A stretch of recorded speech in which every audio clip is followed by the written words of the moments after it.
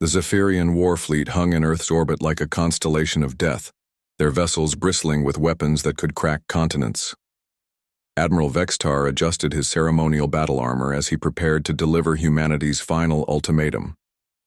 After conquering 17 star systems, this backward little planet would surely crumble at the mere sight of their armada. The communication channel crackled to life and Vextar straightened, expecting the terrified pleading of another defeated species. Instead, a calm human voice emerged from the speakers. "Good morning. This is Ambassador Sarah Chen speaking for Ye, Earth. Before we discuss your terms, would you prefer coffee or tea? We have both ready." Vextar's three eyes blinked in sequence, a sign of profound confusion among his people. His tactical officer, Sub-Commander Krill, leaned forward. "Sir, they appear to be offering refreshments." "I heard what they said," Vextar growled, his translator struggling with the concept of refreshments during a conquest. "Perhaps they don't understand the situation. Open all channels." The holographic display flickered, revealing the interior of what appeared to be a comfortable conference room. Ambassador Chen sat at a polished wooden table, flanked by other humans who looked remarkably relaxed. Steam rose from two elegant pots beside stacks of delicate cups. "People of Earth," Vextar announced, his voice echoing across every communication device on the planet. "I am Admiral Vextar of the Zephyrian Empire.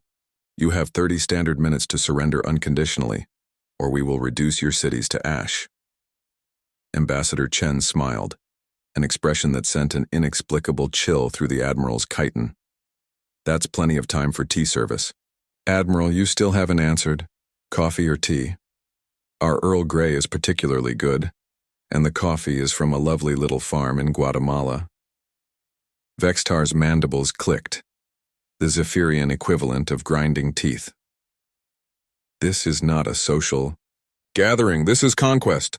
"Well, yes," Chen agreed pleasantly, "but that's no reason to be uncivilized about it.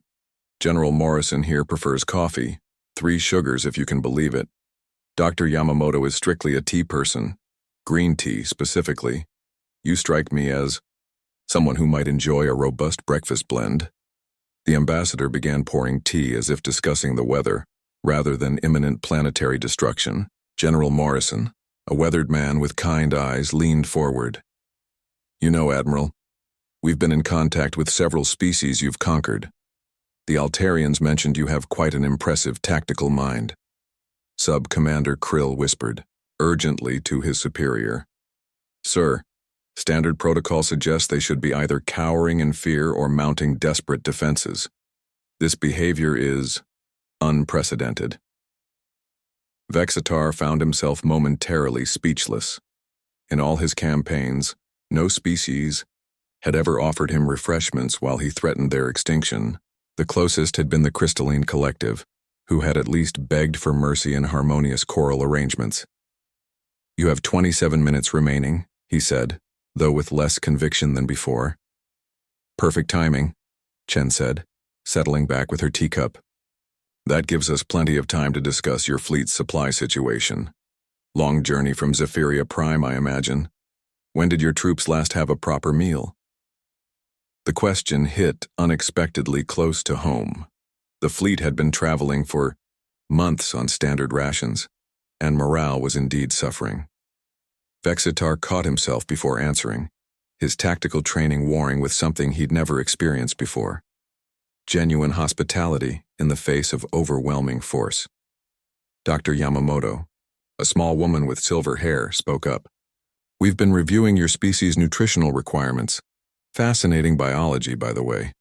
Your people require certain amino acid chains that must be difficult to synthesize during extended space travel." "How do you know about our nutritional needs?" Vextar demanded. "Research," General Morrison said simply. "We make it our business to understand our visitors. Speaking of which, how's your shoulder? The old battle wound from the Procyon campaign?" Vextar unconsciously touched his left shoulder, where an ancient injury still ached during long voyages. "How could you possibly?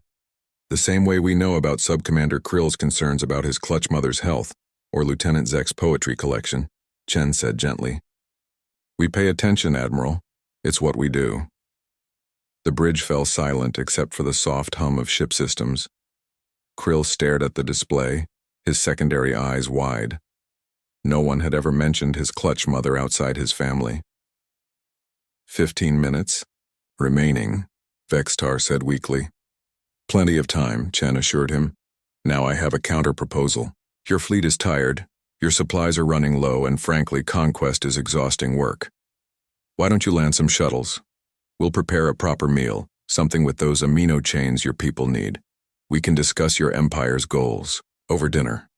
This is a trick, Vextar said, but his conviction was cracking. Admiral, General Morrison said seriously, in 30 years of military service, I've learned that the best victories aren't won by destroying your enemies. They're won by understanding what your enemies actually need. Ambassador Chen stood, refilling her teacup. Your empire conquers planets for resources, correct? Strip mining operations, forced labor, the usual. Tell me, how's that working out for you economically? Because our preliminary analysis suggests your administrative costs must be astronomical. The statement hit like a precision strike. Vexitar's own reports had been flagging exactly that issue for years. Maintaining control over 17 unwilling systems was bleeding the Empire's resources faster than they could extract new ones. What are you suggesting? He found himself asking. Partnership, Chen said simply. You have advanced technology and transportation capabilities. We have innovation, problem-solving skills, and yes, excellent hospitality. The Altarians you conquered? They're artists and philosophers. The Procyon are master engineers. Instead of forcing compliance, why not try cooperation? Sub-Commander Krill looked at his admiral. Sir, our supply officer has been requesting permission to inquire about their food preparation methods. 10 minutes, Vextar said automatically. I'll take that as a coffee, Chen said with a smile. Admiral, what if I told you that voluntary cooperation could increase your resource extraction by 400% while reducing administrative costs by 60%, and everyone gets better meals? As the Admiral stared at the display, at these strange humans who had offered him tea while he threatened their world, he began to wonder if perhaps the Zephyrian Empire had been approaching galactic relations entirely wrong.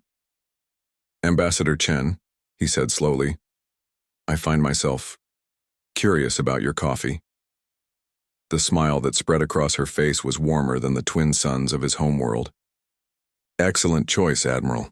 I'll have the shuttle bay coordinates transmitted to your ships, and Admiral, welcome to Earth. As the first Zephyrian shuttles descended toward Earth's surface, Vextar couldn't help but think that perhaps this was what victory actually looked like, not the conquest of enemies, but the discovery of friends.